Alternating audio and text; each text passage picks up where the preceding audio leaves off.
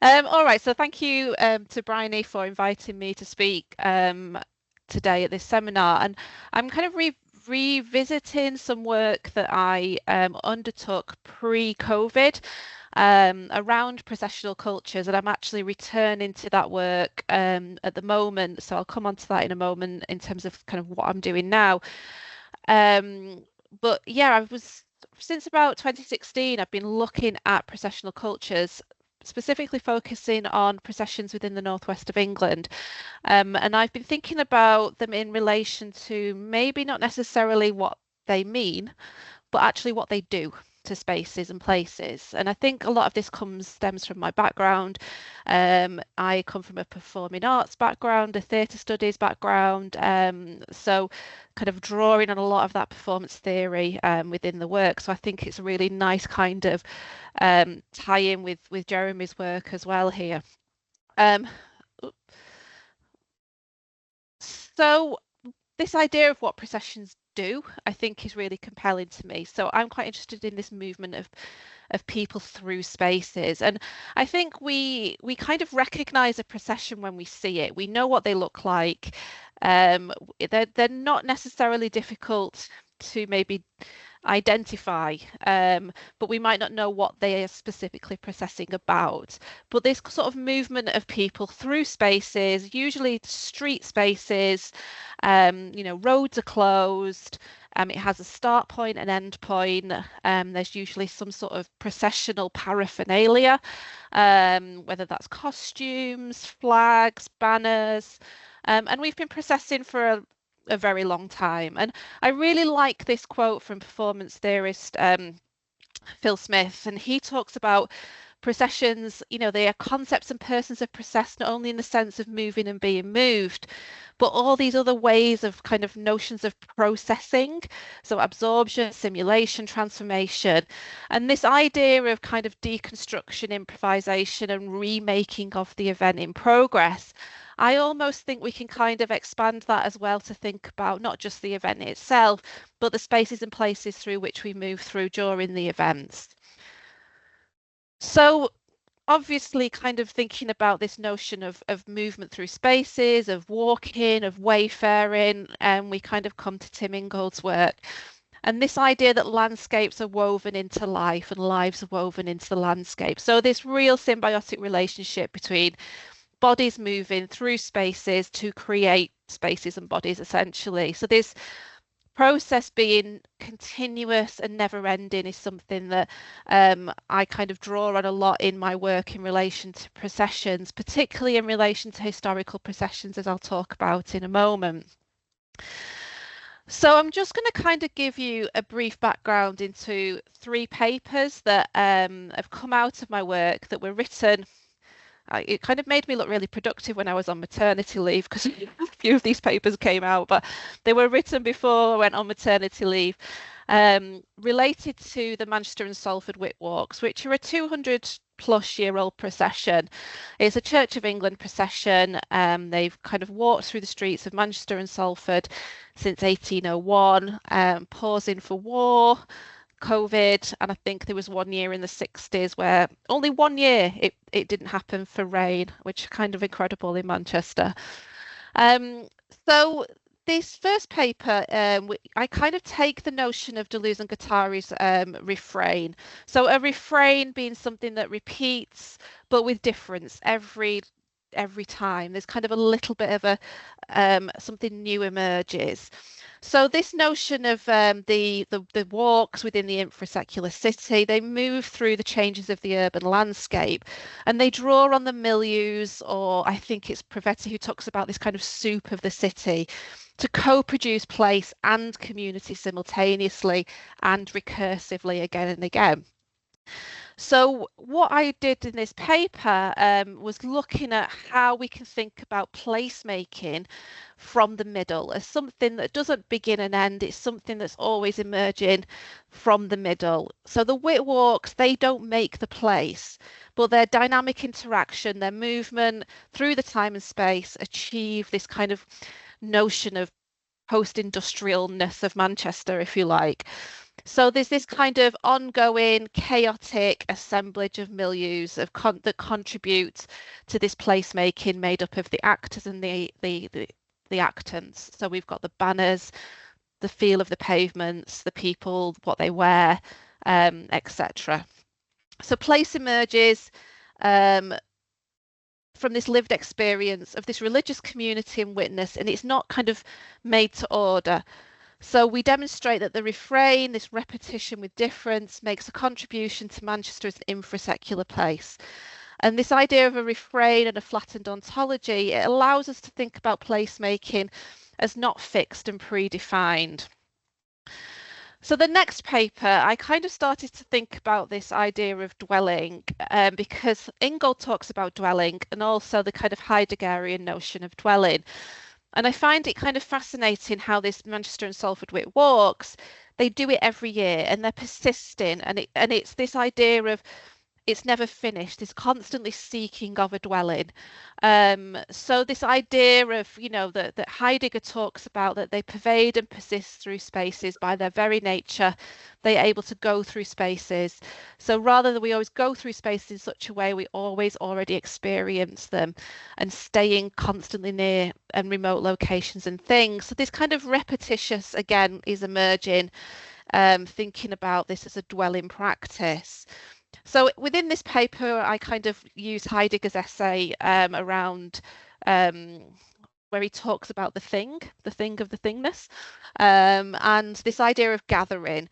So this feeling of dwelling is difficult to sustain within kind of modernity and hyper kind of stimulation, rapidly changing urban environments.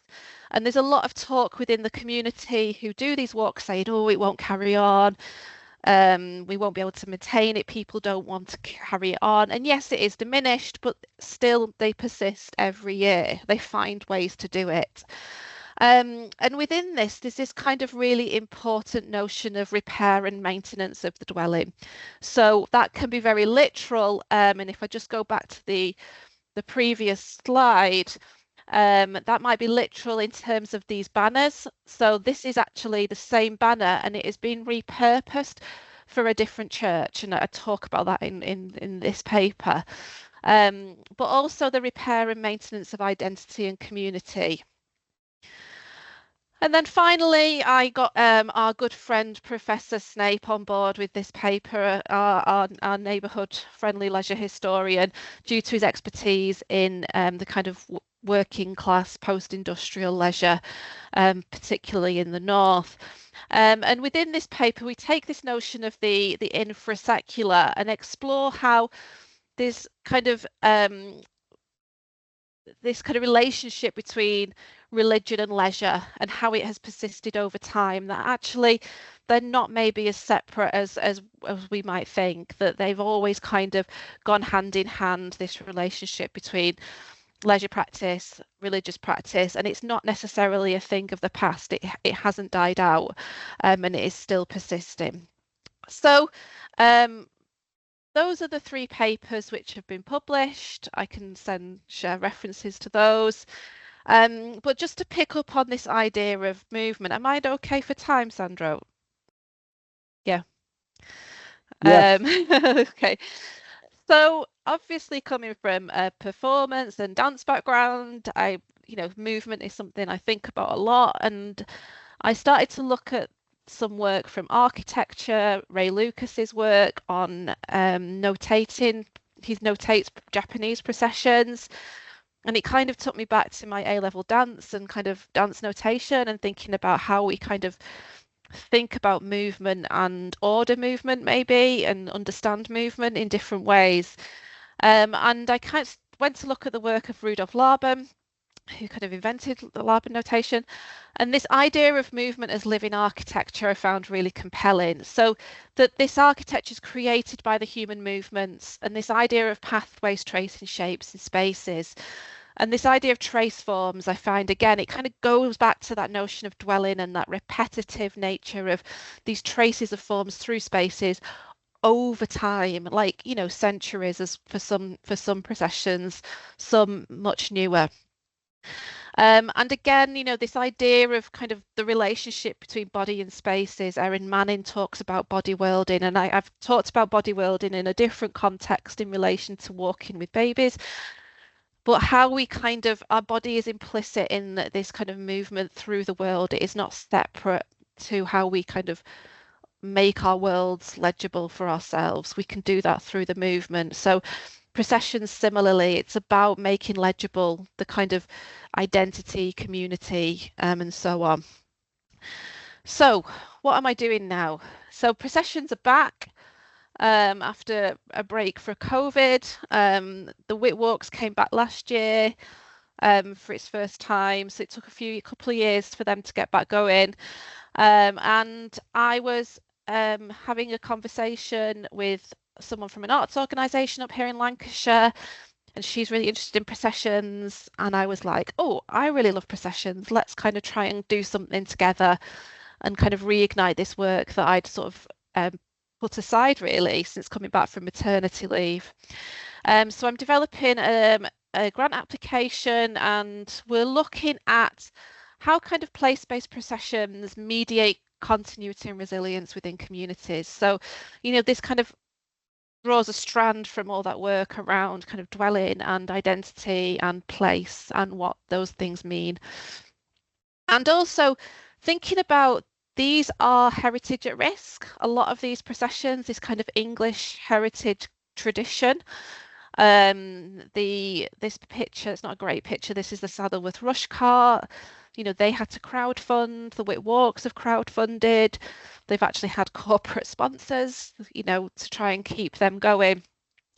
So how can we, through this research, kind of empower these communities to understand what their communities need? And these are changing post-industrial communities. So if we think about the post-industrial landscape in Lancashire and Greater Manchester, and these shifts in demographics, and who's involved in these processions and who might want to be involved, we need to kind of move away from a bit of a nostalgia around some of these things and think about them in a different way.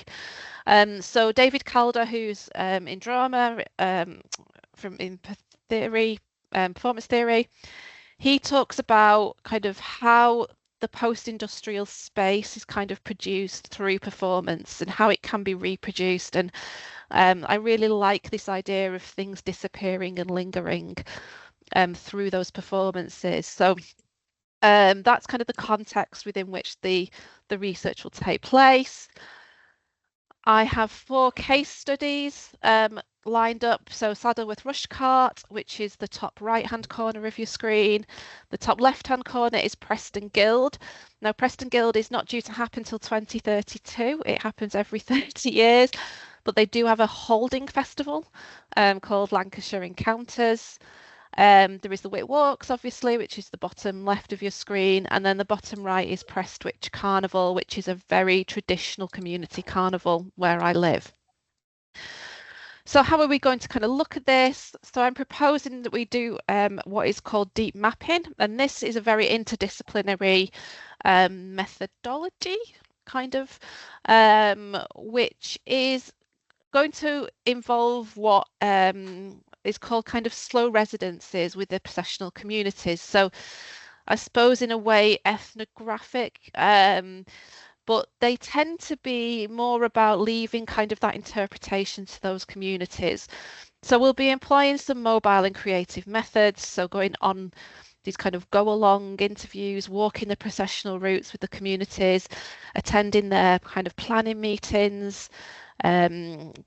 We will do some focus groups around the kind of material cultures of the processions.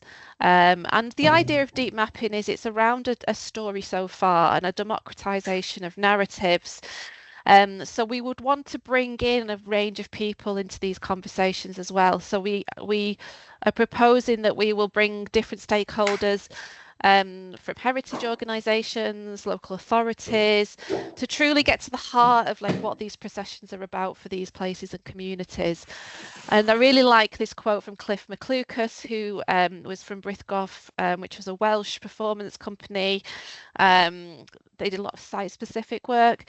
and he has this kind of 10 tenets of deep mapping, and he talks about this negotiation and contestation over what is presented and how, and this idea about things being unstable, fragile, and temporary.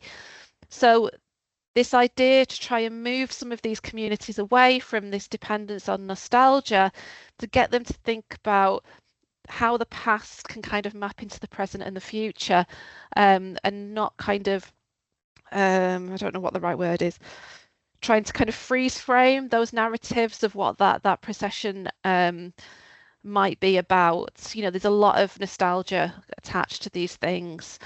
This is how we used to do it. This is how we've always done it. And actually, when you go through 200 years of archives of the Wit Walks, there's been kind of crazy things that have happened that has kind of fallen out of popular memory. So a lot of those kind of myths, you know, that's what they are. They're myths, that the girls always wear white, you know, and the contemporary communities are like, we don't like it when the girls came in gold dresses. And actually, you know, there's data from the 1960s where girls were wearing green dresses. So there is this kind of myth around them. So that is the plan of what we will do. And hopefully someone will see the merit in that and give me lots of money to do it, which would always be nice. But yeah, that's kind of where I'm at with this work. So hopefully I've not taken up too much time. Awesome, Louise. Thank you so much for such an interesting presentation. There are already a couple of questions on the chat, but what I would maybe suggest is that Jeremy does his presentation as well, and then we make sure that we give him time. I'm not sure, Marlene, you are the one who helped to organize this. Do you want to introduce Jeremy then? Yes, I would love that. We actually met during Placemaking Week Europe, and we worked together before that with a SEXA event that we did. So it was really great to see you again in Strasbourg and now, Jeremy. Jeremy Hawkins is a New York-born French-American poet. He's a researcher and an educator in creative writing and spatial design. Currently, he teaches at the Strasbourg National School of Architecture. He covers topics such as architectural language to creative writing and design, and narrating design project. He's been published in both Europe and the United States, and his current research delves into the material aspects of poetic language and its influence on our embodied experiences in space. And that's also the basis of his doctoral project in Glasgow. So welcome, Jeremy. Great to have you. Thanks so much, and I really appreciate the invitation. It's this is exciting to be a part of, and also I'd like to just say, Louise, that was really excellent, and I'm super happy that we get to present together. So thanks to everybody. Really exciting things coming out of the CCSE and also Manchester Metropolitan University. So I'm going to share my screen. Okay. So yeah, I should mention, Sandro, I'm only a neighbor virtually, unfortunately. I'm coming to you from France today. But I actually started my doctoral thesis at Glasgow during COVID, so I'm the Zoom generation of doctoral candidates, which I think rhymes nicely with some of the things Louise was talking about. Okay, so I'm going to get started. So I'm going to be talking about something I'm calling deambulating poetics, and it's about itinerant performance, effective reconfigurations, and placemaking. And just a few things about me and my research so you can kind of contextualize it. I am a poet, which is a strange thing to say out loud sometimes. But I've, in the last 10 years, been thinking about how that can be a research practice. I'm also a lecturer in language and writing, as Marlene was talking about, in architecture and urbanism here in Strasbourg in France. And as a doctoral candidate in creative writing, working on spatial design has always been a question of what someone might call, in a kind of vulgar way, oh, why I don't want this to advance, is applied creative writing is kind of the question. How can creative writing be a part of the spatial design process? So I'm really interested in the junction between how creative practices contribute to meaning making, space making, and place making. And specifically this question of poetic practices and spatial agency, or creative writing as a spatial practice. So my research question deep down is how do poetic practices contribute to the formation of situated knowledges and spatial agency? So I'll explain a little bit about that. So part of what I'm interested in is, how can we use kind of poetics as a way of learning more about space, more about place, our role in it, the way that we help construct it, and especially the kind of semantic layer that's kind of always in flux around or through space and place. Unfortunately, my slideshow has decided to advance on its own, so you're going to see me flipping back and forth. It's really super smooth on my part, thank you. But so these are just some examples, some of the things that I facilitate. These are my students' work, but kind of poetic mapping, kind of trying to create texts from the existing text in a given place. Here in Casablanca, using sketching and collage to create new layers of meaning in familiar spaces, and lots of writing in situ. So these are some of the things I do, but today I really want to talk about this notion of itinerant poetry readings. Similar to Louise, I'm looking back at something that I've worked on in the past and that I'm kind of writing up now in the context of my thesis. And I picked because I saw what Louise was going to be talking about, and I hoped that this would be a nice kind of matching discussion. So it's how do these itinerant poetry readings contribute to placemaking and community building? In a sense, as I just go back, I asked myself a lot of questions. I do a lot of writing, a lot of the act of inscription in a kind of explicit way. But one question I asked myself was, what other forms of meaning making that are related to poetics can contribute to what I'm thinking about? So here are some terms that are kind of floating around what I'm talking about, and I struggle to put them into a kind of hierarchical order. We have deambulation, performance, poetics, and I think there's ways in which they're all talking to one another, but I'm not particularly, how should I put it, persuaded that there is a kind of fixed order that makes sense. So I'm just going to put a question mark because it's useful. But so I'll just approach it this way. One thing that's important to me is my work is related to poetics. So for those of you who are non-specialists, that's not exactly poetry. Poetry is included in poetics, but it's more about how new things are made, which includes configurations and organizations. How do we create space? How do we create place? How do we create texts? How do we create art? And here we are advancing on its own. This is an example of how do we go from the clay on the left to the pot on the right. This is a question of poetics, even if we tend to associate poetics with literary questions. I'm also going to be thinking about deambulation, which is that a fancy word for walking? I mean, it's related to walking practice. I'm picking it partially because I'm coming from a francophone context where it's much more common to use the word déambulation. But it's thinking about spatial practice, walking practice as spatial appropriation and creation in a kind of French intellectual space. I'm drawing on Lefebvre, Desserteau, Auguillard. I'm not going to cite them directly, but they're all worth looking at if this interests you. And so its ambulation is the kind of self-propelled movement that's not necessarily clearly directed, and the D here not being a negative thing, but more of an intensification, as in defraud is an intensification. And what I'm interested in terms of deambulation is something closer to the situationniste dérive rather than what's often kind of put around as flânerie, which is a very different kind of practice and warrants, kind of looking back at in terms of what it means.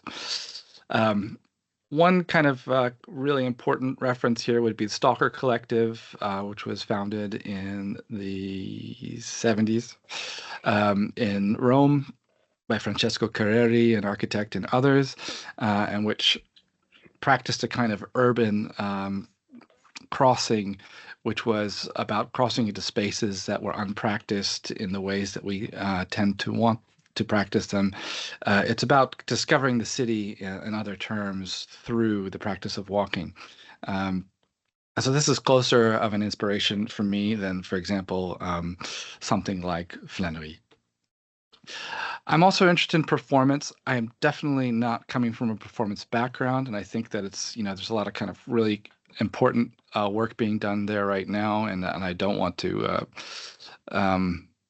moonlight, but to say that I'm interested in the kind of the repeated and repeatable, which Louise talked about, also that kind of iterative aspect of the performance, which again links to what Louise was saying.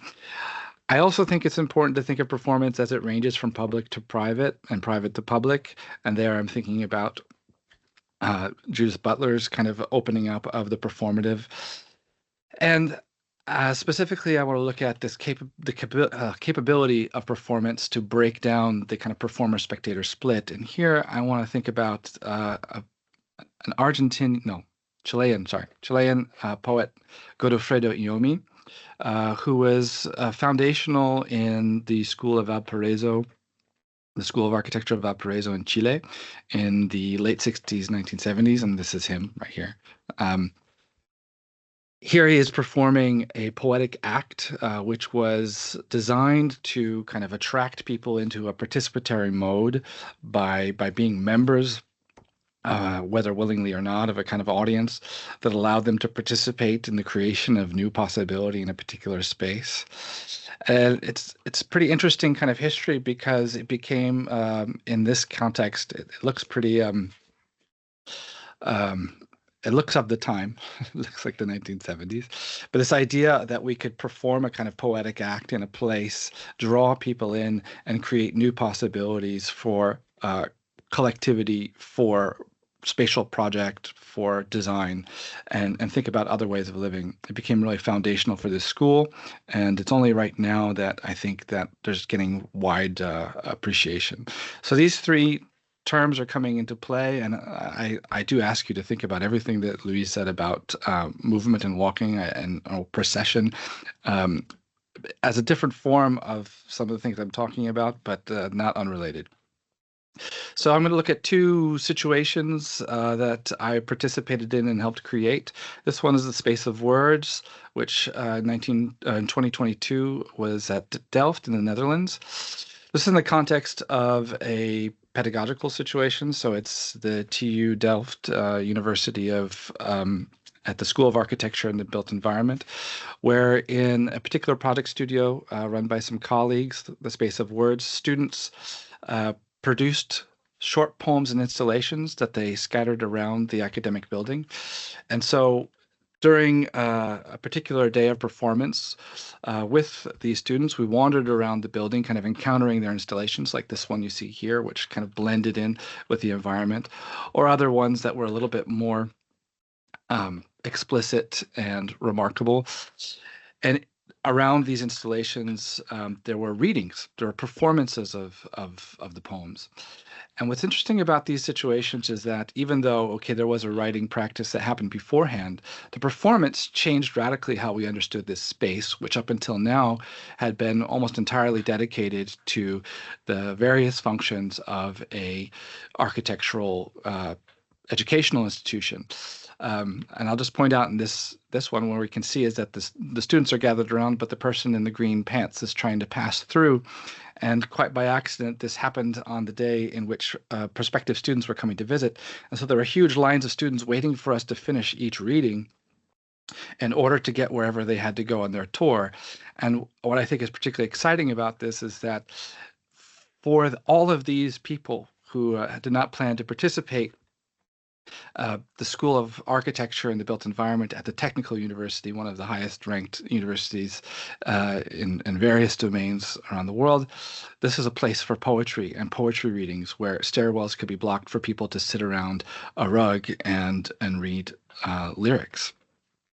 So part of what's interesting about this is that we have these novel encounters with familiar spaces. For all these students, the building was familiar, but they had new encounters with that space, which created new understandings of what's possible.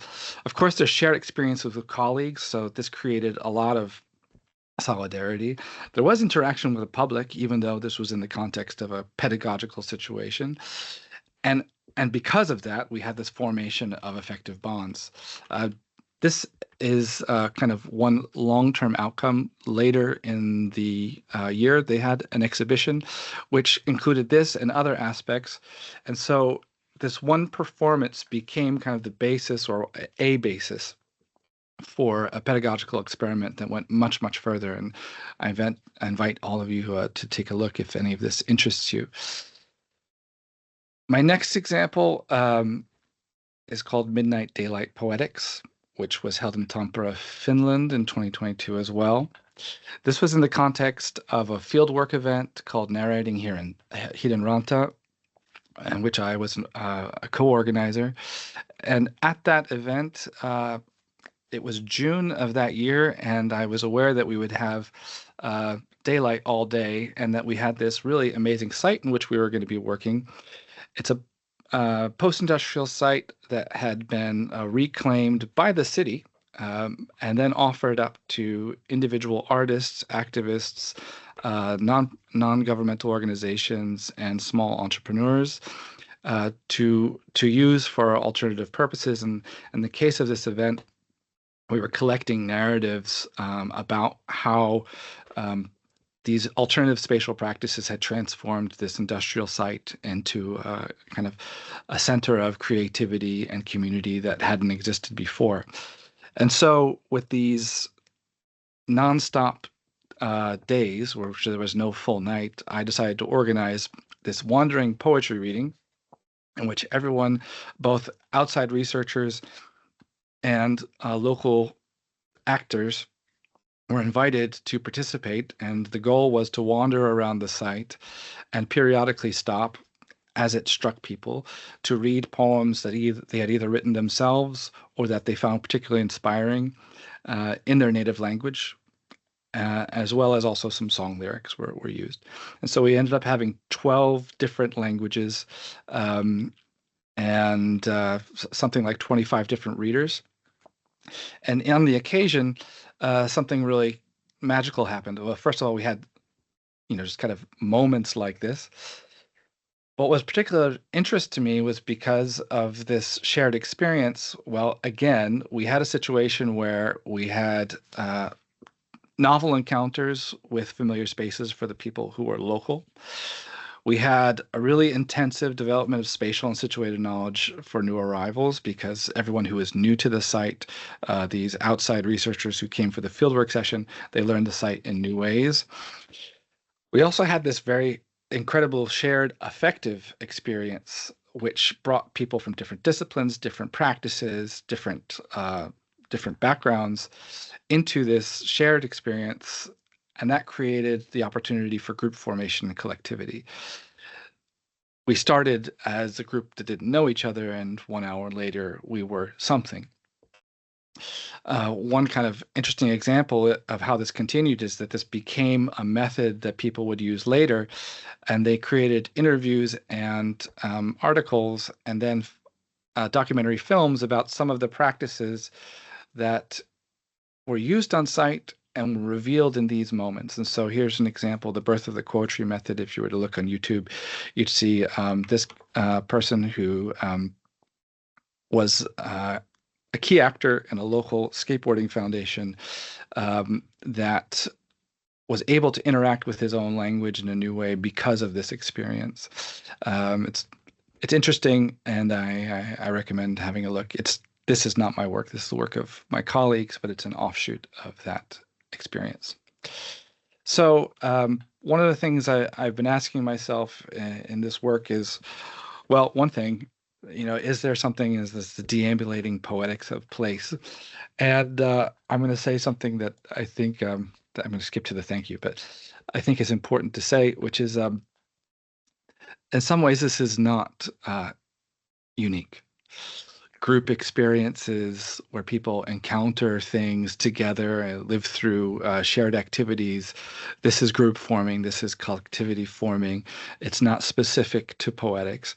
And there's ways in which that we could approach all of these questions differently.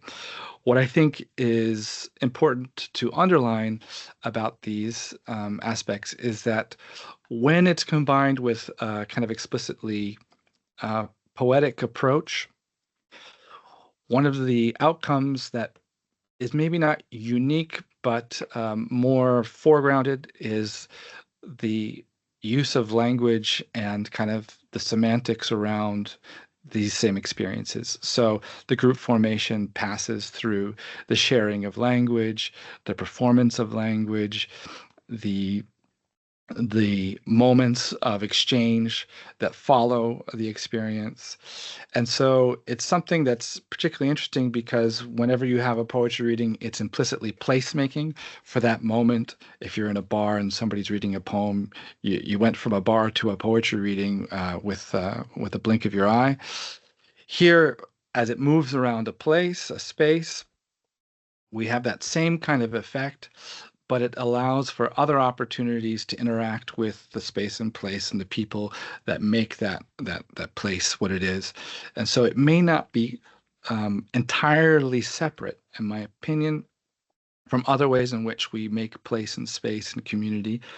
But it has this particular way of working, which, if you're into poetics, would also imply other logics than, for example, the language of transaction, the language of negotiation, the logic of juridical affairs.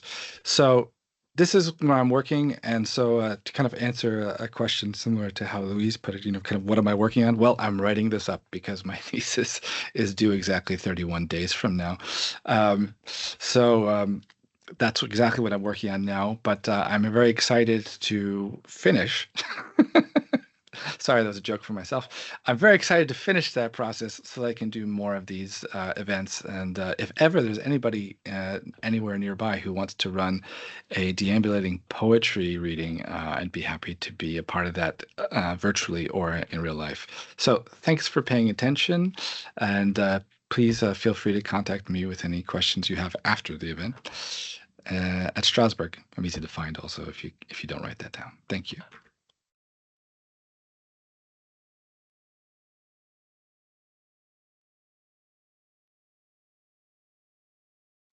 Excellent. Hi, I'm just going to jump in now. On you go, Sandro. No, I was just about to introduce you, Briony, but yeah, go for it. On you go. You can... So just now I'm going to pass the chairhood to Briony, who arrived. So yeah, I've made it. I did manage to sneak in and hear most of Louise's and then into Germany there. So thank you so much again for both of you being part of this, and to everybody else who's joined us today. A real great turnout for our first CCSE Talks of the academic year. So we've had some questions in the chat, and I wondered if anybody wanted to lead on from Jeremy's presentation, if you've got anything specifically, or if we want to open it up to if you've got any for either of our presenters. You can put it in the chat or just come on.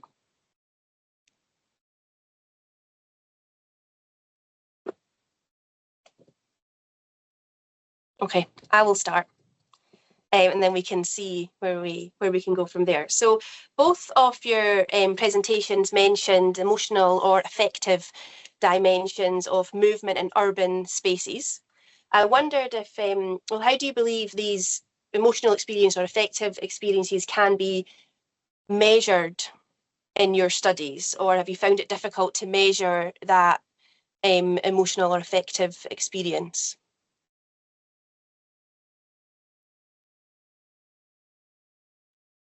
I might have a short answer. Please do. Which is, I think it's a really difficult question, and it's one that I've run into because approaching from a kind of practice-led research perspective, poetics, it's that the kind of the question of measurement is always extremely complicated, and I think I mean this in a kind of positive way. I think it's fraught because I by discipline work kind of against metrics, which isn't to say I don't think they're valuable, but it's not what I feel like it's in a disciplinary sense, it's not what I'm meant to produce. What I think is missing is actually people who are qualified to look at how we bring the qualitative aspect of something like affect and urban space and we can think through the metrics of that. But I think it's really hard to be kind of, I think from a kind of academic intellectual perspective, able to do both of those things equally. And so I think it's really it's your question for me is like, the answer is like I need a good collaborator, because I don't think that I have the skill set to think about metrics in those same ways. Yeah, I think that's really interesting. And I was just thinking about like the multisensory nature of these things and how you can, and there's been attempts to map that, which might be, I suppose, a way of measuring. So I mentioned like Ray's work on Japanese processions. He does sensory notations. So, you know, what are the kind of smells, the sounds, to create these kind of nice maps. But that's a broader sensorial experience, I suppose, and it's very individual, isn't it? Yeah, it's a tricky one. Yeah, I didn't mean to catch you out. It wasn't a trick question. I suppose it leads on some of the conversations that Louise and we have about creative methods and looking for those spaces to make it a bit more creative. But I can see David's got his hand up. You want to join in, David?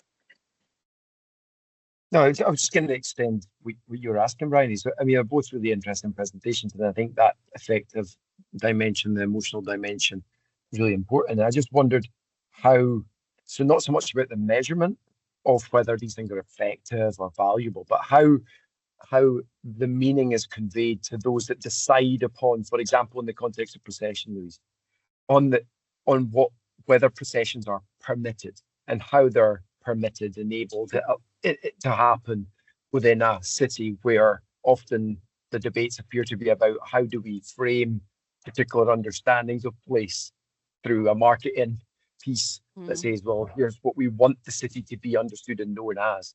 So how have your processions engaged with that process about, well, actually, these are inherently meaningful. Yeah, you know, that's and we need to persuade you of their meaning so that you can enable them to happen where we want them to happen and where we want them to happen. Yeah, so there is a tension with obviously religious processions and secular and kind of arts led. So the City Council in Manchester has commissioned processions that are very much driven by arts organisations with a particular narrative and brand in mind. And they very much have to be, you know, shying away from political messaging or whatever. Whereas the Wit Walks, it's historical, but it's also religious. So the City Council can't necessarily be seen to say, well, we'll give the Church of England all this money to do their procession. Then you've got to start then doing it to all the other religious groups as well. They do support it, I think, in kind, because it is historical, it's heritage. But yeah, so it's £3,000 to close the roads. So that's the real challenge to that community. And, you know, it's funny, when I did the very first focus groups in 2016, I remember this man saying to me, he said, we're Manchester Day Parade. So there was this thing in Manchester called Manchester Day Parade that grew out of Jeremy Deller's procession. And it was the City Council's attempt to have this kind of Manchester parade. And we're Manchester Day Parade. And I was like, do you know what? I said, you're going to outlive Manchester Day Parade. You've been doing this for 200 years. What didn't happen this year and is not going to happen again? Manchester Day Parade. So they've already outlived this kind of this procession that has become subsumed into sort of the marketing of Manchester. So yeah, I think there is attempts for sanctioned. I mean, you know, Manchester City Council Pride is one of their pillar events, so they do support that financially. But I think some of these more grassroots things, I think they will just keep doing it. I think they will just keep finding a way because it is so embedded in their DNA of those communities to do it. And it might end up being 10 people, you know, but I think they will find ways to do it somehow, you know. And you'd see headlines every year. Well, not headlines, a tiny story that says we're having to crowdfund, you know. But I think they will keep doing it. I just think there's such a deep-seated narrative of doing this, that it will keep going. Yeah, I think you're right as well. And Nicola, did you want to come in there? See if you put your hand up. Yes, thanks, Jeremy and Louise, for your brilliant presentation. I really love the way that you combine performance and leisure and place. My question might be, Louise, you might have, my question is to both. Louise, you might have already answered a bit of it in answering to David's question. My question was in relation to how these practices of poetic and processions and walking are related and also are kind of part of the vocabulary of urban identities, urban branding. I remember you mentioned the example, Jeremy, of this post-industrial area that was kind of reclaimed by the city to give it to artists and to create all these kind of creative elements that contribute to a narrative, a meaning, and identity of the city. And my question to you both, and I remember also how the Situationists famously predicted this, saying, oh yeah, this will be co-opted, so to speak. But I'm more interested in the way, less in the narrative between cooptation and resistance, and more about the dynamic between the two. So how, for example, a procession that doesn't really fit maybe with the urban branding of Manchester navigates this relationship, and you have a question about the cultural resilience of communities that maybe do not fit a specific image of the city that the urban leadership tries to create, and also the kind of ambivalent relationship between these creative spaces and the kind of urban narratives of also urban tensions that are sometimes a little bit obscured or even reproduced by these spaces. I don't know if it makes sense. I don't know if it's clear, but it was really helpful to hear your work and very, very insightful. I don't know if you want to go, Jeremy. You're nodding. Sure. Yeah. No, it was a great question that brought up a lot of points that I felt like I kind of skimmed over. Well, just to put a little extra context on that one scenario I looked at in Finland, it is interesting because the narrative is the city did this great thing by kind of purchasing this space, offering it up to artists. But that the full narrative is that what happens next is that urban renewal is coming, and now that they've got this great little art center on the edge of the city, they expand and it's being eaten away, and they're finding reasons not to renew the rents to various producers and artisans and activists, many of whom have already lost their space, which is why we were there. Which was to kind of try and collect alternative versions of the narrative before the city kind of came and kind of bulldozed it with a kind of a expansion and renewal narrative that fit the interest of certain parties. And I think what's really great about what Louise talked about, and which speaks to why I got involved in this work, is that I think what's interesting about this is that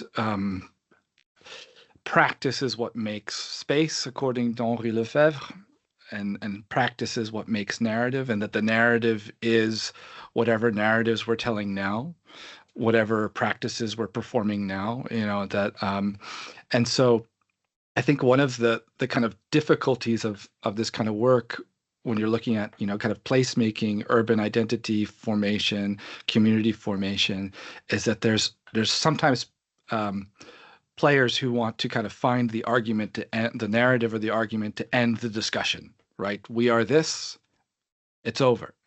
Whereas practice, repeated in time, just as Louise talked about, is what sustains that kind of constructed identity. And so I think that part of what this is about is that there won't be a narrative to win all narratives, and we get involved so that we can kind of, it's not just about resistance. I think you're right to kind of make it's not just about resistance, but even in kind of collegial situations, contributing to create narrative and meaning-making possibilities that will not just allow it to kind of slide into this other area, which tends to match particular interests.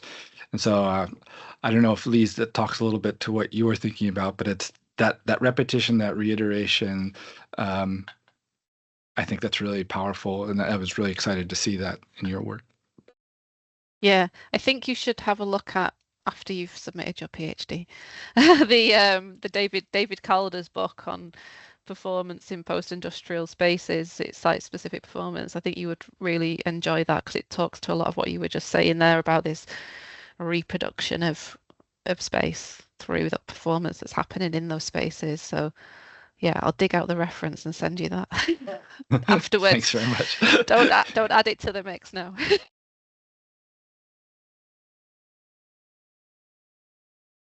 I think we've got Alexandra, do you have your hand up? Do you have a question?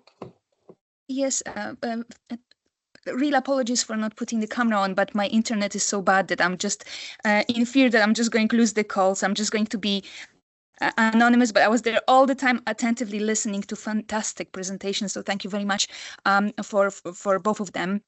I just really kind of continuing on this conversation, I'm just wondering to what extent it is really important to talk about and actually develop a discourse around the impact of this processions and placemaking through movement, but also poetry, for those who, not just for those who experience and of course make it from the practice perspective, but just merely for encounters, kind of accidental, standing by and observers, and kind of where the spark of this kind of accidental participation can really take us on this journey of, reproduction and reawakening and kind of understanding the places as this living spaces, spaces with the meaning. And actually, in the question you, Briony, said about the measurement, so the additional question would be, so what if we actually don't capture any of this, but this is important stuff? How should we and who should speak about that? That's a really nice thought. In answer to the first part, I think it's really interesting. I mentioned in the chat, there's examples of where these processions like butt up against the city, and there's this like incongruence that emerges, and it's like the procession is part of the city, but at the same time it almost could be floating in a bubble. That so the Wit Walks, there's this really interesting example of this. Manchester has quite, and maybe not as much now, but post-COVID, but has quite a significant homeless problem. And one year, this dishevelled gentleman who'd had a few beverages decided to join in the procession, and he was dancing and it was joyous. But certain members of the congregation, some of the other bystanders were like, go away, get out, go away, this isn't for you. And there was this real tension of, who is this for? What is the purpose of this? And this kind of really joyful moment became quite soured of whose space is this? Whose street does this belong to? This man lives here, quite literally, and these people are only in this space once a year, every 200 years, but just once a year. And actually, it was really interesting. And I've still not kind of unraveled what to do with that thinking myself. But yeah, I think that that butting up against the city is really fascinating to me, and particularly like arts-based ones where they're very kind of theatrical. What is that saying about the challenges of the city, the realities of living in the city? Absolutely. And I guess in this sort of always a way of kind of preserving heritage, we do kind of have a tendency to sort of, appropriating things. And then yet when Jeremy was talking a lot about this sort of encounters whereby creativity and kind of generative notion of placemaking and being in space, even with accidental passerbys, whether from local community or students, trying to get to another side of the building.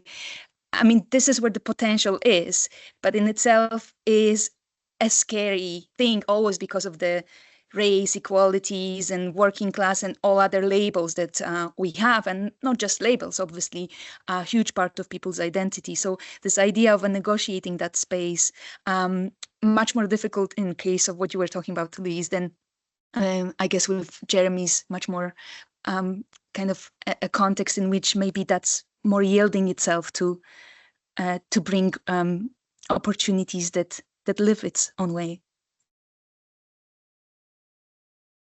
I'll just say I think you bring up a lot of great points, and it makes me think about one thing I've experienced a lot in teaching in a school of architecture is that there's always kind of great intentions for creating, let's say, progressive spaces that somehow bypass politics. We're going to create a space for spatial appropriation, but only for certain types of people doing certain types of things.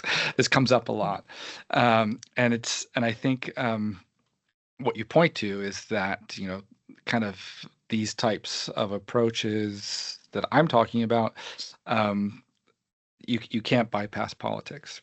You're going to have to at some point grapple with that, which is difficult in kind of current academics where there's a will to kind of depoliticize and monetize, but I think that we ran into, in the experiences I looked at, we ran into versions of this as well, because I maybe put it in a friendly way, but when we were doing the reading at Delft, at the University of Delft, I mean, the students partially became a group because they got yelled at by the administration because they embarrassed the school by doing things that hadn't been planned or authorized, even though many prospective students thought it was exciting and interesting and a side of the technical university they hadn't imagined.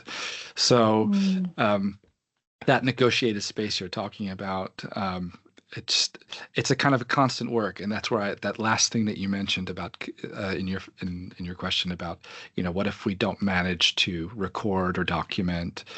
I think that's a tough question in academic circles, but it's one that it warrants thinking about, which is when we can't convert it into a publication. I try as much as possible to convert it to publication, but when we can't, what's the meaning of that work anyway? And that constant negotiation of space and community and that politics, I think, is really a part of my own answer, even though it's in evolution right now. Beautiful. Thank you so much. I think that's a good thought to end this on as well. I suppose that was the point of today and the point of our whole series as we go on monthly throughout these themes, is to get people talking. And Sandro's very kindly put the LinkedIn link into the chat, so you can all follow us on there. We've got our next edition in the series, which is part of our second theme, Tourism, Policy, Heritage and Regeneration, on the 23rd of October. The same little hour. Hopefully you can break away from your day and make some new connections and join us for the monthly research series we'll be having. I just want to say thanks again to everyone who's came along. Thanks especially to our presenters and to my wonderful co-organizer, Marlene, one of our PhD candidates, part of CCSE. So it's been really good, and we'll hopefully see you all soon online. Thank you.